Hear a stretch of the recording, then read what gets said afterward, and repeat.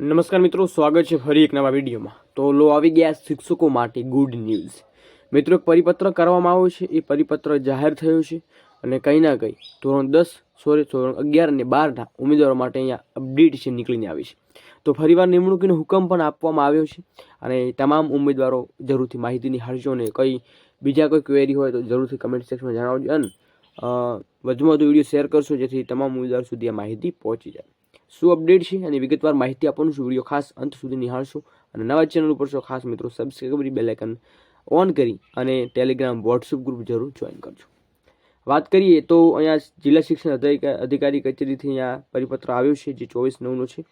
તો જ્ઞાન સહાયકની નિમણૂકી અંગે કાર્યવાહી થવા બાબતે અહીંયા પરિપત્ર છે અને શિક્ષણ વિભાગના ઠરાવ ક્રમાંક પ્રમાણે અહીંયા માહિતી આપવામાં આવી છે। તો શું છે તો કે ઉપરોક્ત વિશે અહીંયા જણાવવાનું કે શિક્ષણ વિભાગના ઉપરોક્ત સંદર્ભમાં ઠરાવી રાજ્યની સરકારી તથા બિનસરકારી અને અનુદાનિક માધ્યમિક અને ઉચ્ચતર માધ્યમિક શાળાઓમાં જ્ઞાન સહાયક યોજના વર્ષ 2023-24થી શરૂ કરેલ છે।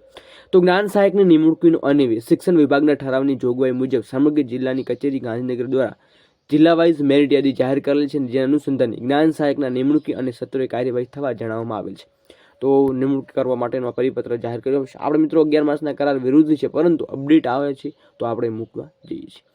તો અપડેટ એ છે કે ફરી જ્ઞાન સહાયકની યોજનાઓ ચાલુ થઈ ગઈ છે અને કંઈ ના કંઈ એનું જે નિમણૂકીનો હુકમ છે એ આપવામાં આવી રહ્યા છે। તો કયા નવા ન્યૂઝ બીજા કયા આવે છે ચોક્કસ તમને માહિતી આપવામાં આવશે। ત્યાં સુધી જય હિન્દ, જય ભારત।